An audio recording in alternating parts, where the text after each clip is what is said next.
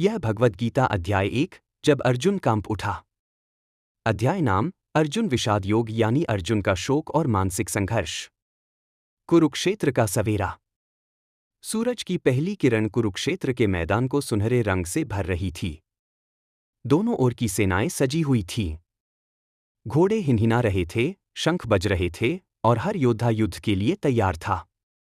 यह कोई साधारण युद्ध नहीं था, यह धर्म और अधर्म के बीच की टक्कर थी। राजा धृतराष्ट्र, जो अंधे थे, अपने सारथी संजय से पूछते हैं, हे संजय, बताओ तो सही, धर्मभूमि कुरुक्षेत्र में मेरे और पांडु के पुत्रों ने क्या किया? सेनाओं की सजावट और दुर्योधन की चालाकी। संजय अपनी दिव्य दृष्टि से युद्ध का दृश्य देख रहे थे।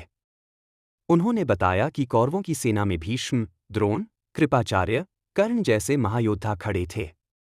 दुर्योधन अपनी सेना को देखकर गर्वित था, पर अंदर से डरता भी था।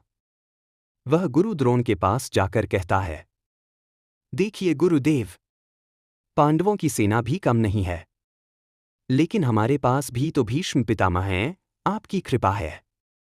हमें अब चतुराई से रणनीति बनानी होगी। भीष्म पितामह ने शंख बजाया, यह संकेत था कि युद्ध कभी भी शुरू हो सकता है। अर्जुन का आदेश, रथ को बीच में ले चलो।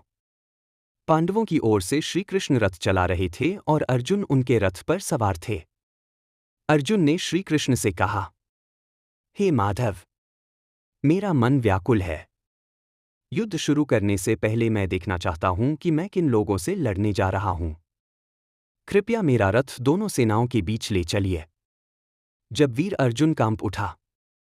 जैसे ही रथ बीच में पहुंचा, अर्जुन ने सामने देखा, भीष्म पितामह, गुरु द्रोणाचार्य, कर्ण, अपने भाई, चचेरे भाई, मामा, भतीजे, सब खड़े थे, लेकिन शत्रु के रूप में। अर्जुन का चेहरा बदल गया। उसके हाथ से गांडीव, धनुष, ढीला पड़ गया। शरीर कांपने लगा, आंखों से आंसू बहने लगे। उसने कहा, हे कृष्ण, मैं इन लोगों पर तीर नहीं चला सकता। मैं देख रहा हूं, अपने ही खून को बहाना, ये कोई जीत नहीं होगी। अगर मैं जीता, तो भी यह राज्य किस काम का, जब मेरे अपने ही नहीं होंगे?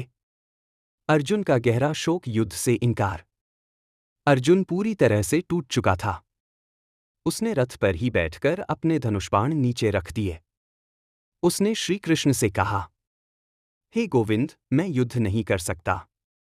मुझे नहीं समझ आ रहा कि क्या सही है, क्या गलत। कृपया मुझे मार्ग दिखाइए।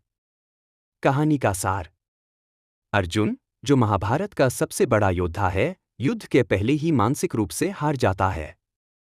अपने ही संबंधियों के खिलाफ लड़ने का विचार उसे शोक, करुणा और भ्रम में डाल देता है। यह अध्याय दिखाता है कि मानव का सबसे बड़ा संघर्ष बाहरी नहीं, अंदरूनी होता है। अर्जुन का यह विषाद, शोक ही आगे चलकर गीता के ज्ञान का द्वार खोलता है। मुख्य संदेश, चैप्टर 1 से सीख।